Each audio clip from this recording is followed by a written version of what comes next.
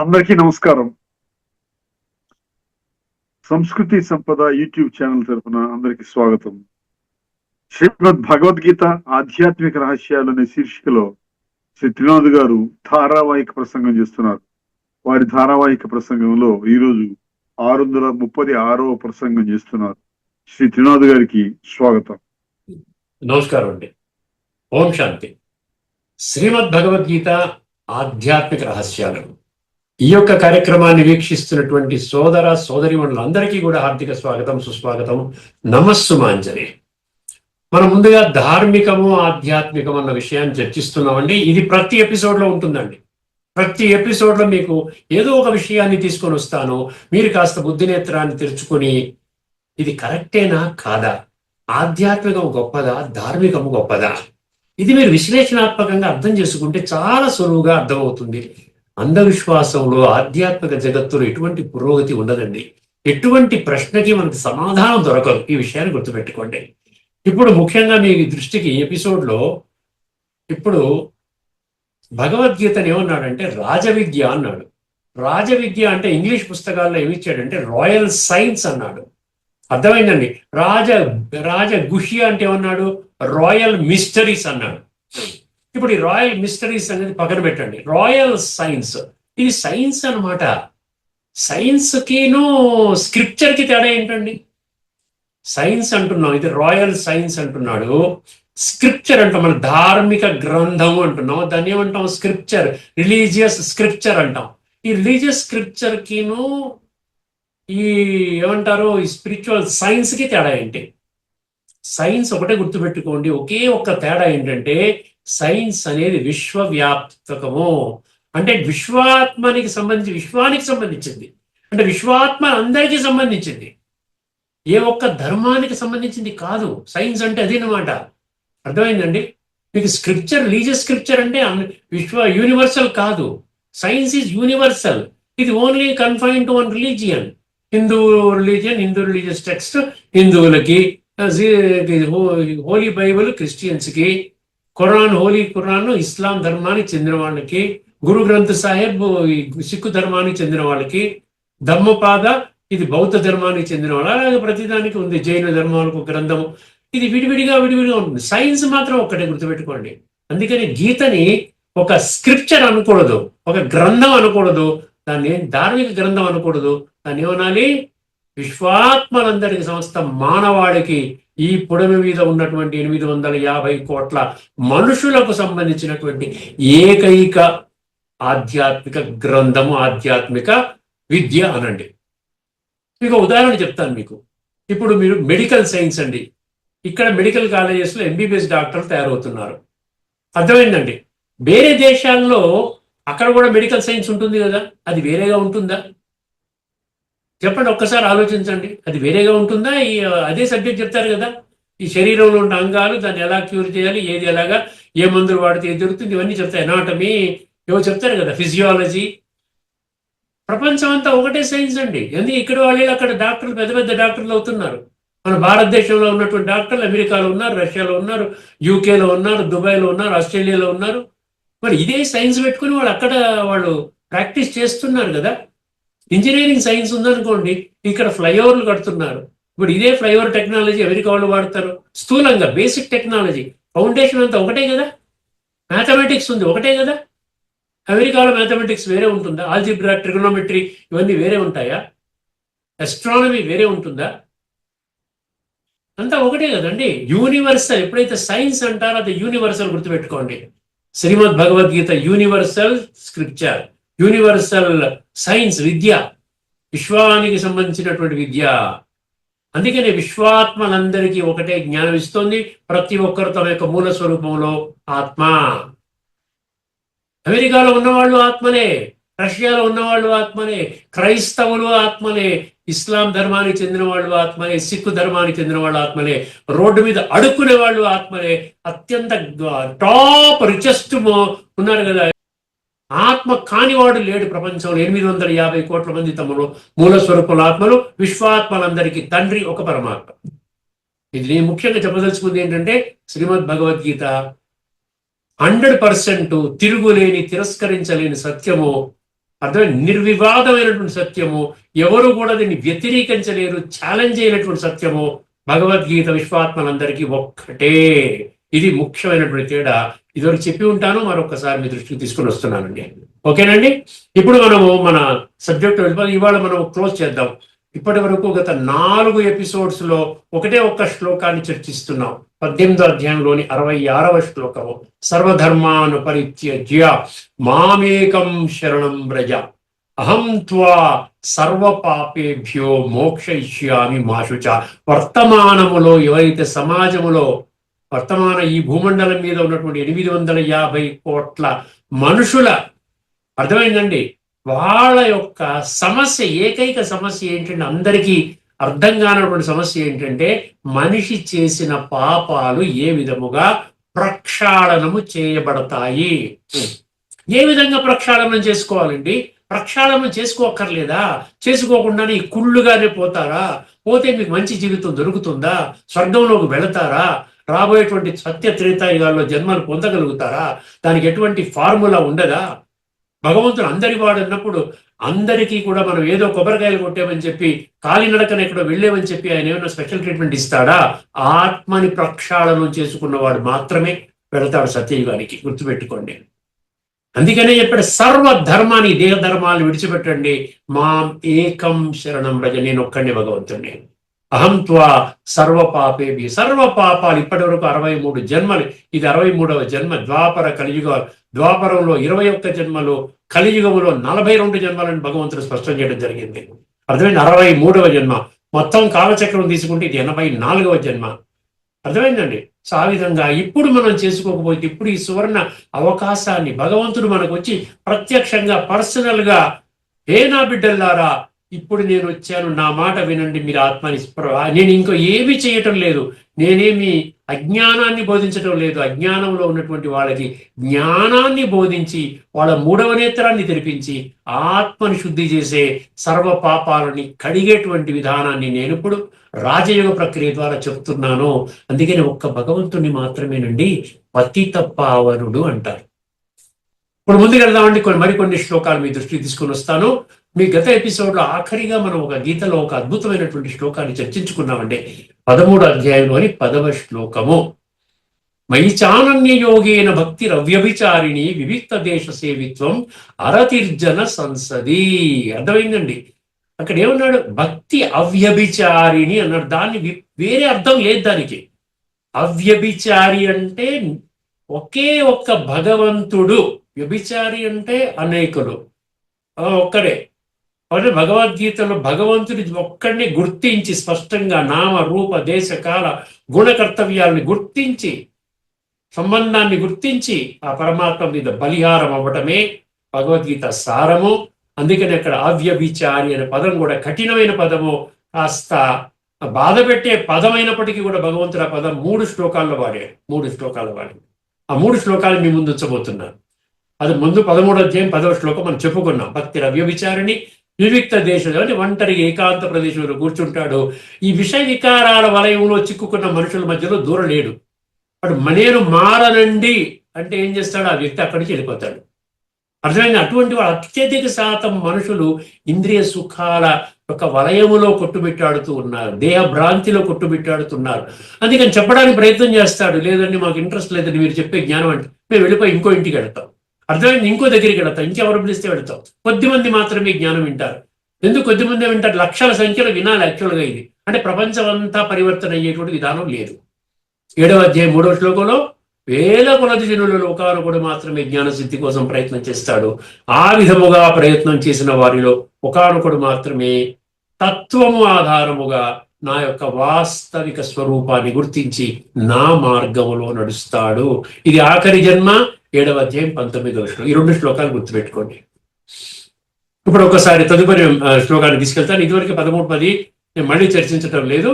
కేవలం అక్కడ అవ్యభిచారిణి, భక్తి రవ్యభిచారిణి అన్న దాన్ని మీకు అండర్లైన్ చేయిస్తున్నాను. మీరు అర్థం చేసుకున్న విధానంలోనే ఉన్నారనుకోండి, అలాగే ఉంటుంది, ఇంకా మార్పు ఉండదు కదా. నేను లేదండి ఆ భక్తి రవ్యభిచారిణి అంటే నేను ఈ విధంగా అనుకోవడం లేదండి, ఈ విధంగా అనుకుంటున్నానంటే అనుకోండి, ఎవరు కాదంటున్నారు? ఇక్కడ ఎవరు ఫోర్స్ చేయట్లేదండి. భగవంతుడు చెప్పిన మాటల్ని యథార్థంగా దాని అర్థంలోకి వెళ్ళి మిగతా అన్ని శ్లోకాల సారాన్ని మీ దృష్టికి తీసుకురావడానికి ఈ కార్యక్రమం ఏర్పాటు చేయడం జరిగింది. అర్థమైందండి. ఇప్పుడు మరొక శ్లోకంలోకి వెళదాం. అవ్యభిచారిణి భక్తి అంటే అది 18వ అధ్యాయంలోని 33వ శ్లోకంలో, అక్కడ 30, 31, 32, 33 సాత్విక ధృతి, రాజసిక ధృతి, తామసిక ధృతి అని చెప్తాడండి. అర్థమైంది? లేదు, 33, 34, 35. 33 సాత్విక ధృతి, 34 రాజసిక ధృతి, 35 తామసిక ధృతి. ధృతి అంటే ధైర్యం అండి, కరేజ్.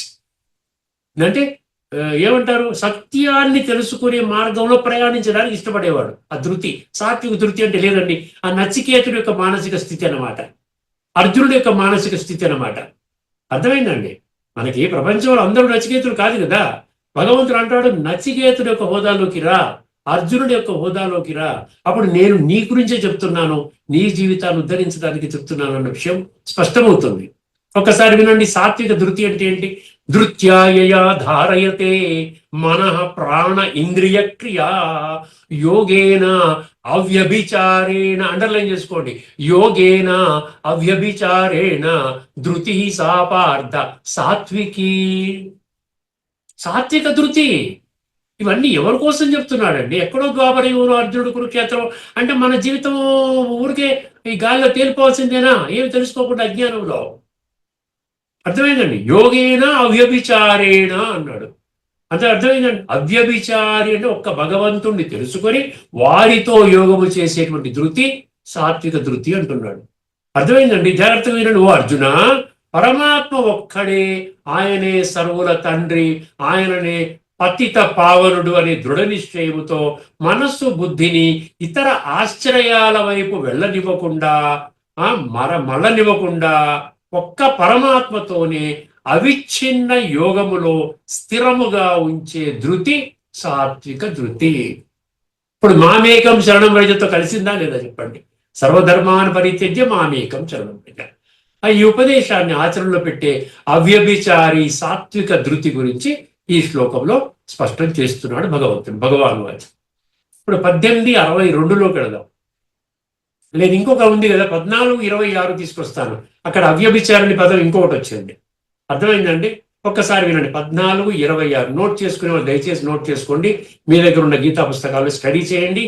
ఏమాత్రమైనా నేను వేరే రకంగా చెప్తున్నానండి, మీ యొక్క దృష్టిని రాంగ్ డైరెక్షన్లో తీసుకెళ్తున్నానన్న అభిప్రాయం మీకు కలిగితే దయచేసి మీ యొక్క ఏదైతే అర్థం చేసుకున్నారో ఇంకా స్పష్టత కావాలనుకుంటే మీ కాంటాక్ట్ నంబర్ అక్కడ కామెంట్ సెక్షన్లో ఇచ్చి చెప్పండి. నేను మీతో చర్చించడానికి సిద్ధంగా ఉన్నాను. అర్థమైందండి? ఇది నా యొక్క హామీ అన్నమాట. ఎంత టైం అన్నా మీతో నేను స్పెండ్ చేస్తాను. ఓకే, 14:26 మాం చయో అవ్యభిచారేణ భక్తి యోగేన సేవతే సగుణాన్ సమతీత్యైతాన్ బ్రహ్మ భూయాయ కల్పతే. ఇక్కడ చూసారు ఏమంటున్నాడంటే, త్రిగుణాలను దాటిన వాడి పరిస్థితి ఏమిటి? ఇప్పుడు త్రిగుణాలలో ఉన్నాం మనం, సతో రజో తమలో తిరుగుతున్నాం. సతోగా సత్య త్రేతాయుగాలు ఉన్నవాళ్ళు అక్కడ సాత్వికంగా ఉంటారు, తర్వాత రజో మధ్యస్థంగా ఉన్నవాళ్ళు, తర్వాత తమోలో. అర్థమైందండి? సో ఈ త్రిగుణాలు దాటిన వాడి పరిస్థితి ఏమిటని అర్జునుడు అడుగుతాడు. దానికి సమాధానంగా చెప్తున్నాడు భగవాను వాచ్. అర్థమైందండి? మాం చయో అవ్యభిచారేణ భక్తి యోగేన సేవతే సగుణాన్ సమతీత్యైతాన్ బ్రహ్మ భూయాయ కల్పతే. అంటే బ్రహ్మ భూయాయ కల్పతే భగవంతుడు సమానంగా అవుతాడంట. అంటే త్రిగుణాతీతుడు భగవంతుడు. మనం కూడా త్రిగుణాతీత స్థితికి వెళ్ళడానికి భగవంతుడు వర్తమానంలో మనకి తర్ఫీదునిస్తున్నాడు, ట్రైనింగ్ ఇస్తున్నాడు. మనం కేవలం బుద్ధి నేత్రాన్ని తెలుసుకోవాలి, భగవంతుడి యొక్క ఆ ఉనికిని మనం కనిపెట్టగలగాలి. దాన్ని ఆయన మార్గంలో ప్రయాణించడానికి మన మార్గం సుగమం అవుతుంది. అర్థమైంది? ఇక్కడ ఏం చెప్తున్నది, మీనింగ్ ఏంటి ఒక్కసారి గమనించండి. ఎవరైతే నన్ను అవ్యభిచారి యోగముతో సేవిస్తారో, అవ్యభిచారి యోగముతో సేవిస్తారో, అవ్యభిచార భక్తి యోగముతో సేవిస్తారో, వారు సాత్విక, రాజసిక మరియు తామసిక అనబడే త్రిగుణాలను అధిగమించి, అంటే త్రిగుణాతీత స్థితికి చేరుకుంటారు, పరమాత్మ ప్రాప్తికి అర్హత పొందుతారు. అవ్యభిచారేణ భక్తి యోగేన అంటే ఇతర ఆశ్రయాల వైపు వెళ్లకుండా ఒక్క పరమాత్మతోనే నిరంతర సంబంధంలో ఉండడము. ఇదే మామేకం శరణం వ్రజ. ఇప్పుడు మరొక శ్లోకం చెప్పి తర్వాత ఉపనిషత్తులోకి వెళ్ళిపోదామండి. మరొక శ్లోకం 1862 ఇప్పటికీ మనం చర్చించుకున్నాం. కానీ ఇక్కడ మామేకం శరణం వ్రజ అన్న దానికి చాలా స్పష్టంగా సమర్థ మద్దతునిచ్చేటువంటి ఈ శ్లోకం అన్నమాట. 1862. తమేవ శరణం గచ్చ సర్వభావేన భారత తత్ప్రసాదాత్ పరాం శాంతిం స్థానం ప్రాప్స్యసి శాశ్వతం. చూసారా, శాశ్వత శాంతిని కోరుకోవాలండి. శాశ్వతమైనటువంటి మన యొక్క ఉన్నతమైనటువంటి స్థితిని మనం కోరుకోవాలి. అంతేకాని ఎక్కడ ఏదో టెంపరీగా ఏదో భోజనం మంచి పార్టీకి వెళ్ళాం, హ్యాపీగా ఉన్నాం, తర్వాత మళ్ళీ డౌన్ అయిపోయాం, సినిమాకి వెళ్ళాం 3 గంటలు హ్యాపీగా ఉన్నాం, తర్వాత డౌన్ అయిపోయి, ఇది కాదు కోరుకోవాల్సింది. ఆత్మ పాడైపోతుంది ఈ ప్రాసెస్లో. ఇంద్రియ సుఖాలని అదుపులో పెట్టుకోకపోతే ఆత్మ కుళ్ళిపోతుంది. అర్థమైందని దీన్ని ఏమంటున్నాడు ఒక్కసారి దీని మీనింగ్ కూడా అర్థం చేసి, ఓ భారత అర్జున, సంపూర్ణ భావముతో ఆ పరమాత్మనే శరణు పొందు. సంపూర్ణ భావముతో ఆ పరమాత్మనే శరణు పొందు. త్వమేవ శరణం గచ్చ సర్వభావేన అన్నాడు కదా. సంపూర్ణ అంటే ఎటువంటి డౌట్ ఉండకూడదు. ఇంక భగవంతుడు ఉన్నాడా లేడా, ఆయన కరెక్టేనా, ఇది చెప్పింది కరెక్టా, వాడు చెప్పింది కరెక్టా, నేను గురువు గారు నమ్ముకున్నాను, ఆ మంత్రం ఇచ్చారు అది కరెక్టా, ఇవన్నీ అక్కర్లేదు. ఒక్కటి బుద్ధి నేత్రం తెలుసుకుంటే చాలు, ఇంకేం అక్కర్లే. సంపూర్ణ భావంతో ఆ పరమాత్మనే శరణు పొందు. ఆయన కృప వల్ల పరమశాంతిని, శాశ్వతమైనటువంటి పరమ పదాన్ని పొందుతావు. ఇక్కడ మామేకం శరణం వ్రజ సరిపోతుంది కదండి. ఒక్క పరమేశ్వరుడు యొక్క శరణు పొందమని చెప్తున్నాడు. ఇప్పుడు మనం ఉపనిషత్ మంత్రాలకు వెళ్ళిపోదామండి. కొన్ని మంత్రాలు మీ దృష్టికి తీసుకుని వస్తే నా కార్యక్రమం పరాలా ఇది పూర్తి అయిపోతుంది. వీలైనంత వరకు ఎపిసోడ్లో పూర్తి చేయడానికి ప్రయత్నం చేస్తాను. ఎందుకు కొన్ని మంత్రాలు ఉన్నాయి. శ్వేతాశ్వతర ఉపనిషత్తు 6:11. చాలా జాగ్రత్తగా వినండి. 6:11 శ్వేతాశ్వతర. ఏకో దేవ సర్వభూతేషు గూఢ సర్వవ్యాపి సర్వభూతాంతరాత్మ కర్మాధ్యక్ష సర్వభూతాదివాస సాక్షి చేత కేవలో నిర్గుణశ్చ. ఇది పూర్తి మంత్రం చాలాసార్లు చెప్పుకున్నాం కాబట్టి నాకు కూడా కొంచెం అలవాటు అయిపోయింది పలకడానికి. ఇది చాలా ముఖ్యమైన శ్లోకం. ముఖ్యమైన మంత్రం ప్రతి ఒక్కరు నోట్ చేసుకోండి. ఏకో దేవ, అర్థమైందని, ఏకో దేవ భగవంతుడు ఒక్కడే. సమస్త మానవ సృష్టికి భగవంతుడు ఒక్కడే. ఆయన సమస్త భూతాలలో అంతర్లీనముగా ఉన్నాడు. అంటే అంతర్లీనంగా ఉంటామంటే ఆత్మ ఉన్నది అంతర్లీనంగా. అందుకనే సర్వవ్యాపిని పదం అక్కడ వచ్చేసింది. సర్వవ్యాపి, సమస్త జీవుల అంతర్యామి, కర్మలకు సాక్షి. చూసారా, ఏం చెయ్యడు. సమస్త భూతాలకు ఆధారము, చైతన్య స్వరూపుడు, అద్వితీయుడు. అద్వితీయుడు అంటే రెండో వాడు లేడు. ఏకో దేవ అంటే భగవంతుడు ఒక్కడే. ఈ ఉపనిషత్తు పరమాత్మ ఒక్కడే అని ప్రకటిస్తే, గీతాలో భగవంతుడు ఏం చెప్పాడు? మామేకం శరణం వ్రజ అంటే నా ఒక్కడి శరణు మాత్రమే పొందు అని ఆజ్ఞాపిస్తున్నాడు. సరిగ్గా మ్యాచ్ అయిపోయించారా? శ్వేతాశ్వతర 6:13. ఇప్పుడు చూడండి. నిత్యోనిత్యానాం చేతనానాం ఏకో బహూనాం యో విదదాతి కామాన్ తత్కారణం సాంఖ్య యోగాధిగమ్యం జ్ఞాత్వా దేవం ముచ్యతే సర్వపాశైః. ఇలా చెప్పుగా కొన్ని పలకడం కూడా సులభమవుతుందండి. అందుకనే పూర్తి మంత్రం చెప్పడానికే ప్రయత్నం చేస్తున్నాను. అనేక నిత్య జీవుల మధ్య నిత్యుడు ఒక్కడే. అనేక చైతన్య జీవుల మధ్య పరమ చైతన్యుడు ఒక్కడే. అనేక జీవుల అవసరాలను నెరవేర్చేవాడు కూడా ఒక్కడే. ఆ భగవంతుడిని తెలుసుకున్నవాడు సమస్త బంధనాల నుండి విముక్తి పొందుతాడు. ఏకో బహూనాం అనే పదాలు అత్యంత కీలకం, గుర్తుపెట్టుకోండి. అనేక జీవాత్మలు ఉన్నప్పటికీ వారందరికీ పరమాధారుడు, పరమ పోషకుడు, పరమ నియంత ఒక్కడే అని ఈ ఉపనిషత్ మంత్రం ప్రకటిస్తోంది. అంటే మామేకం శరణం వ్రజ, సమస్త జీవులకు ఆధారమైన ఆ ఏకైక పరమాత్ముడిని శరణు పొందమని గీత చెప్పింది. ఇప్పుడు శ్వేతాశ్వతర మరొక మంత్రం అండి. 3:2. ఏకో హి రుద్రో న ద్వితీయాం తస్తుర్య ఇమాన్ లోకాన్ ఈశత ఈశనీభిః ప్రత్యంగ జనాస్తిష్టతి సంచుకోచాంతకాలే సంసృజ్య విశ్వా భువనాని గోపాహ. ఇది పూర్తి మంత్రం చెప్పానండి. రుద్రుడు పరమేశ్వరుడు ఒక్కడే. రుద్రుడు అంటారు పరమేశ్వరుడు, ఈశ్వరుడు రుద్రుడు అంటారు, పరమేశ్వరుడు అంటారు. ఒక్కడే. ఆయనకు సమానమైన రెండవ వాడు లేడు. తన దివ్య శక్తుల ద్వారా ఈ సమస్త లోకాలను పరిపాలిస్తున్నాడు. సమస్త మనుష్య సృష్టిని సృష్టించి, చూసారా, సమస్త మానవాడిని సృష్టించి పోషించి అంతిమ కాలములో తనలోనే లీనమయ్యేలా చేస్తాడు. సృష్టి స్థితి లయకారకుడు అంటాం కదా గీతలో కూడా. ఈ మంత్రంలో ఏకో హి రుద్ర మరియు నా ద్వితీయాయ, అది ఇదెంతో సరిపోతుంది? మామేకం శరణం వ్రజ, దాంతో మ్యాచ్ అవుతుంది. శ్వేతాశ్వతర మరొకటి 6:18. యో బ్రహ్మాణం విదధాతి పూర్వం యో వై వేదాంశ్చ ప్రహిణోతి తస్మై తంహ దేవమాత్మా బుద్ధి ప్రకాశం ముముక్షుర్వై శరణమహం ప్రపద్యే. ఇది కూడా పూర్తి మంత్రం చెప్పానండి. శ్వేతాశ్వతర 6:18. ఎందుకు నంబర్లు చెప్తున్నా అంటే మీరు కూడా చెక్ చేసుకోవచ్చు. సృష్టి ప్రారంభములో చూసారా, సృష్టి ప్రారంభములో భగవంతుడు వచ్చి ఏం చేశాడు? ప్రజాపిత బ్రహ్మాన్ని నామం చేశాడు. ఒక మానవ శరీరంలో వచ్చి ప్రవీ ఎంత జ్ఞానం చెప్తున్నాడు. ఇక్కడ అదే చెప్తుంది. సృష్టి ప్రారంభములో బ్రహ్మదేవుడిని సృష్టించి ఆయనకు వేదాలంటే సమస్త జ్ఞానాన్ని వేదాలు అంటారు. ఆ వేదాలలో మనం తెలుసుకోవడానికి ఇష్టపడితే నేను చెప్పడానికి సిద్ధంగా ఉన్నానండి. ఆ వేదాలంటే ఏంటి? భగవంతుని తెలుసుకోవడమే వేదం యొక్క లక్షణం అని 15వ అధ్యాయం 15వ శ్లోకంలో చెప్పాడు. వేదాల ద్వారా తెలియదగిన వాడిని నేనే అంటాడు.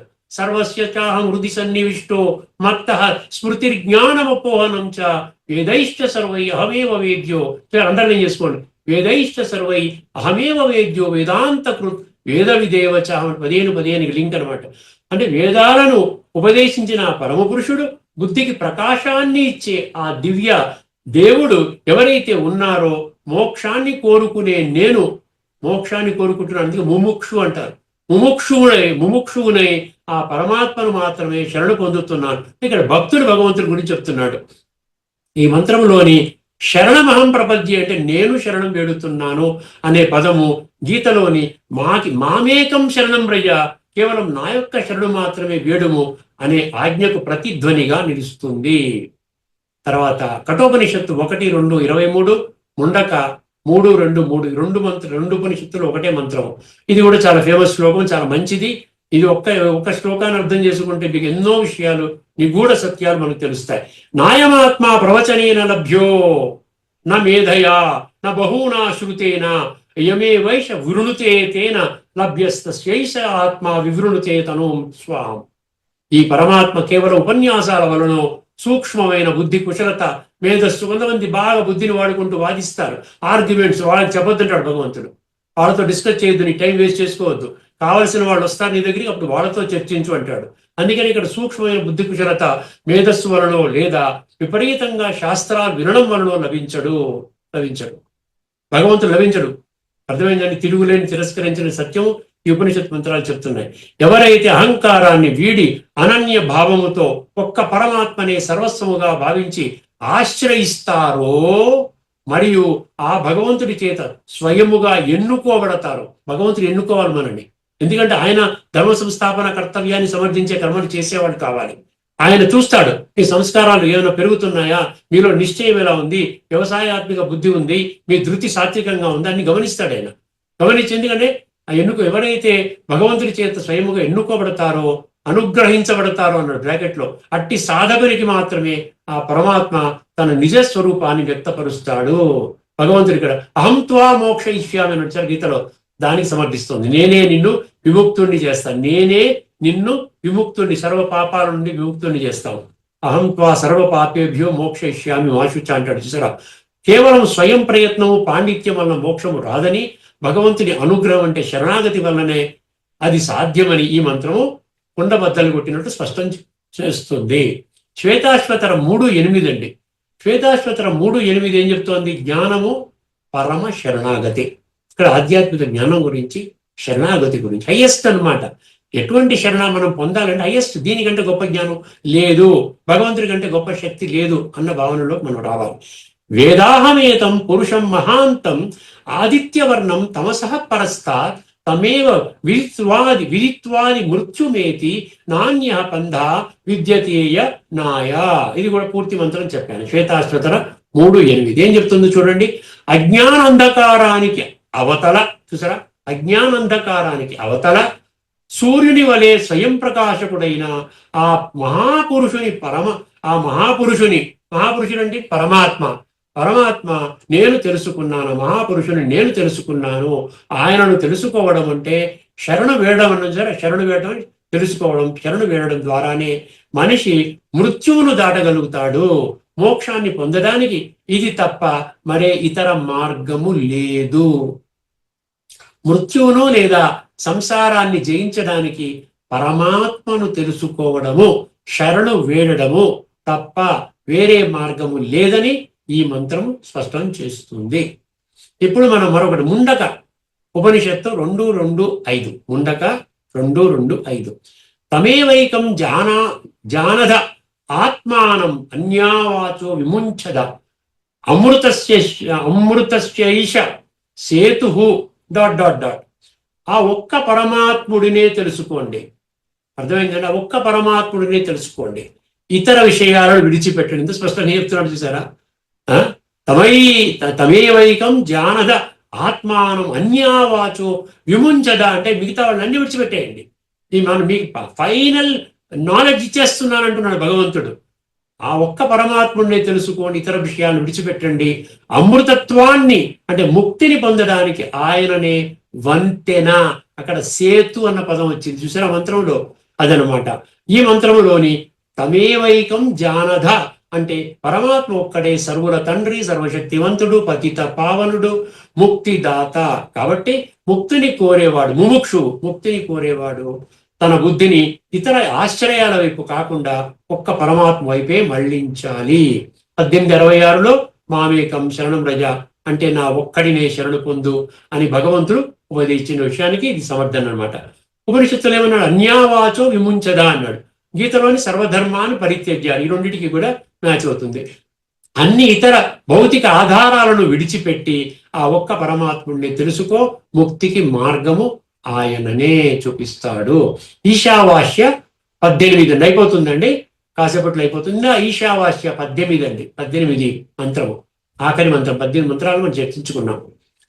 అగ్నేయ సుపధారాయే అస్మాన్ విశ్వాని దేవ వయూనాని విద్వాన్ యోధ్య స్మజ్ఞుహూరాణ మేనో భూయిష్టాం తే నమ ఉక్తిం విధేమ. కొంచెం కఠినంగా ఉంది పలకటానికి. ఓ స్వయం ప్రకాశక రూపుడైన భగవంతుడా. ఇది ఆఖరి మంత్రం అని చర్చించుకుంటున్నాం. దీని తర్వాత ముగింపు సారాంశాన్ని చెప్పి మనం ఈ యొక్క ఎపిసోడ్ని సంపన్నం చేసుకోబోతున్నాం. ఓ స్వయం ప్రకాశక రూపుడైన భగవంతుడా, మా సమస్త కర్మలను తలపులను తెలిసిన వాడా. చూసారా, మా యొక్క ఆలోచనలు కూడా నీకు తెలుసు. మేము ఎట్లా ఉన్నాం, ఏ విధంగా పురుషార్థం చేసుకుంటున్నాం నీకు తెలుసు. మా సమస్త కర్మలు ఏ విధంగా జరుగుతున్నాయో నీకు తెలుసు. సాక్షిగా చూస్తాడు భగవంతుడు, జ్ఞానం చెప్తాడు శ్రేష్టమైన కర్మలు చేయమని. మా సమస్త కర్మలను తలపులను తెలిసినవాడా, మమ్మల్ని మోక్ష మార్గములో ముందుకు నడిపించు. మాలో ఉన్న కుటిలమైన బంధించే పాపాలను మా నుండి దూరము చెయ్యి, నశింపచేయి. నీకు తిరిగి నమస్కారాలు సమర్పిస్తున్నాము అంటాడు భక్తుడు. జీవుడు చేసే ఈ ప్రార్థనకు సమాధానమే గీతలో భగవంతుడు ఇచ్చిన హామీ. సర్వపాపేభ్యో ఏమన్నాడండి? హం త్వా సర్వపాపేభ్యో మోక్షయిష్యామి మా శుచః. నీ సమస్త పాపాల నుండి నేను విముక్తిని కలిగిస్తాను, నీవు దుఃఖపడవద్దు, బాధపడవద్దు, కష్టపెట్టుకోవద్దు అన్నాడు. అర్థమైందండి? సో ఈ విధముగా సర్వధర్మాను పరిత్యజ్య మామేకం శరణం రజ. ఈ శ్లోకాన్ని మనం ఎన్నో విధాలుగా డిఫరెంట్ కోణాల్లో 5 ఎపిసోడ్స్ లో మనం చర్చించుకున్నాం. ఆఖరిగా మీకు ఈ ముగింపు సారాంశం అని చెప్పి కొన్ని విషయాలు తెలియజేస్తున్నాం. సమరైజ్ అన్నమాట. ఈ శ్లోకము గీతా సందేశం యొక్క పరమావధి. ఇందులో భగవంతుడు 2 ముఖ్యమైన విషయాలను స్పష్టం చేయడం జరిగింది. 2 విషయాలు చెప్తున్నాడు. జీవుడు చేయాల్సిన శరణాగతి, ఎవరి మీద శరణు పొందాలి. అర్థమైంది? జీవుడు అంటే జీవాత్మ. 2, భగవంతుడు ఇచ్చే మోక్ష అభయము. భగవంతుడు మోక్ష అభయం ఇస్తున్నాడు కదా. ఈ శ్లోకం మొత్తం గీతా శాస్త్రానికి పరాకాష్ట, భగవంతుని చివరి ప్రేమపూర్వక ఆహ్వానము. ఈ శ్లోకములో భగవంతుడు మనిషికి చెబుతున్న సందేశం ఏమిటండి? దేహాభిమానాన్ని విడిచిపెట్టు, ఇతర ఆశ్రయాలను విడిచిపెట్టు, ఒక్క నన్నే స్మరించు, ఒక్క నన్నే శరణు పొందు, నేనే నిన్ను పాప బంధనాల నుండి విముక్తుణ్ణి చేస్తాను, భయపడవద్దు, శోకించవద్దు. ఇదే ఏంటంటే గీతా హృదయం అంటున్నాడు. చూసారా, ఎక్కడైనా ఏ శాస్త్రంలోనైనా మీకు విధానం అర్థమైందండి. ఒక కథలాగా మన జీవితాన్ని ఏ విధంగా శ్రేష్టంగా తయారు చేయాలో స్పష్టం చేస్తూ ఉన్నాడు. ఇదే పరమాత్మ యొక్క సర్వగుహ్యతమ దివ్య సందేశము. ఆఖరి మహావాక్యం. గీతలో ప్రారంభంలో అర్జునుడు శోకంలో ఉంటాడు, తెలుసా మీకు? 1వ అధ్యాయంలోకి వెళ్ళండి. అర్జునుని శోకముతో ప్రారంభమైంది గీత. అర్థమైంది? అర్జున విషాద యోగం అంటాడు చూసారు, అందుకని విషాదం శోకంతో ప్రారంభమైంది. గీత ముగింపు ఏంటండి? మా శుచః, శోకించవద్దు. ఇది పరమాత్మ పరమాత్మ ఆశ్వాసనతో ఈ విధంగా మాషుచ అన్న పదముతో గీత ముగుస్తుందన్నమాట. అర్థమైంది. ఇక్కడితో మనం ఈ చర్చను ముగించుకుందాం. తదుపరి ఎపిసోడ్ లో కఠోపనిషత్తులోని మనం 1వ అధ్యాయము 3వ వల్లిలోని 5వ మంత్రము 6వ మంత్రం ఈ రెండు కలిపి మనము అందులో లోతైన తత్వాన్ని చర్చించుకోబోతున్నామండి. అంతవరకు సెలవు. అందరికీ నమస్కారం. లోకా సమస్త సుఖినో భవంతు. ఓం శాంతి.